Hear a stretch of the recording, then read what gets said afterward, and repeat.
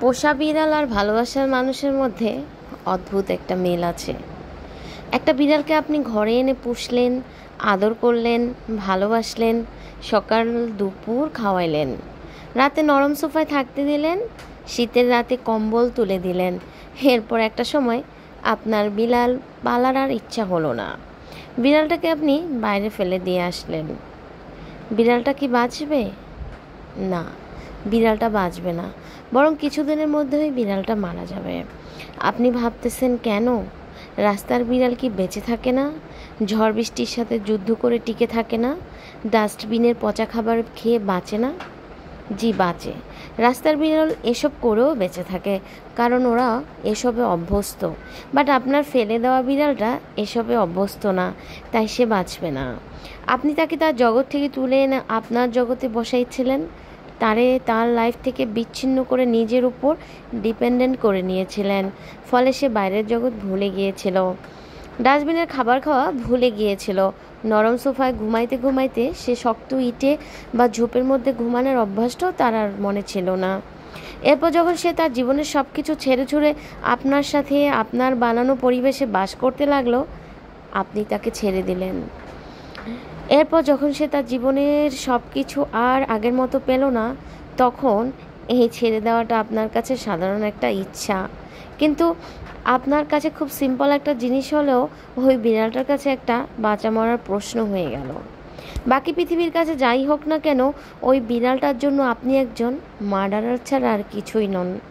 ভালোবাসা ঠিক অমন একটা ব্যাপার, বিড়াল পোষার মতোই।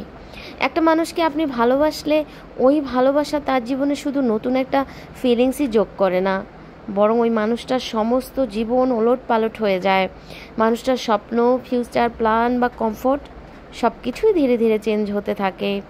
একটা সময় যাইয়া ওই মানুষ সমস্ত কিছু থেকে বিচ্ছিন্ন হয়ে আপনাকে তার পৃথিবী বানাই ফেলবে। বাট যখন আপনি সে রিলেশন থেকে নিজের উইথড্র করেন, জাস্ট আপনার ভালো লাগতেছে না বা আপনার মুড নাই বলে, তখন আপনার জন্য ওইটা একটা সম্পর্কের সমাপ্তি হলেও ওই মানুষটার জন্য ওইটা হয়ে দাঁড়ায় নরকের দরজা।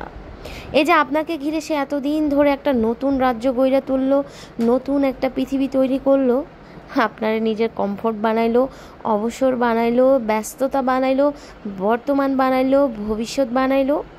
আপনার এই চলে যাওয়াতে তার বানানো এই সমস্ত কিছু একসাথে হুড়মুড় করে ভাঙিয়া পড়ে। সে না পারে এসব থেকে অনভ্যস্ত হইতে, না পারে আবার আগের পৃথিবীতে ফিরে যাইতে।